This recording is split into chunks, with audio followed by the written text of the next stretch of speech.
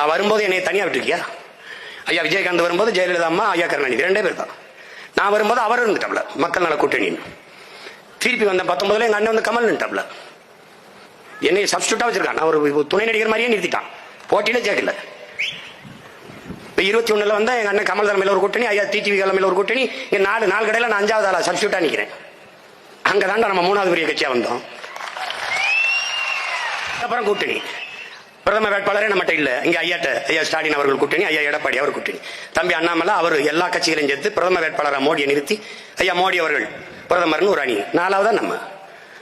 இந்தியாவுக்கு நமக்கு எந்த சம்பந்தமும் இல்லை. இந்தியா வாழ்றதுல ஆட்டத்திலே நம்ம இல்ல, கிரவுண்டுகளே நம்ம இல்ல, தேடல இல்ல. அது வேற நின்ன சின்னத்தை எடுத்துக்கிட்டு மைக்குன்னு ஒரு பைக்கை கொடுத்தான். இந்த மைக்கும் இல்ல. அது அங்க போய் பார்த்தா சீப்பு மாதிரி இருக்கு, தலைவார சீப்பு மாதிரி இருக்குது.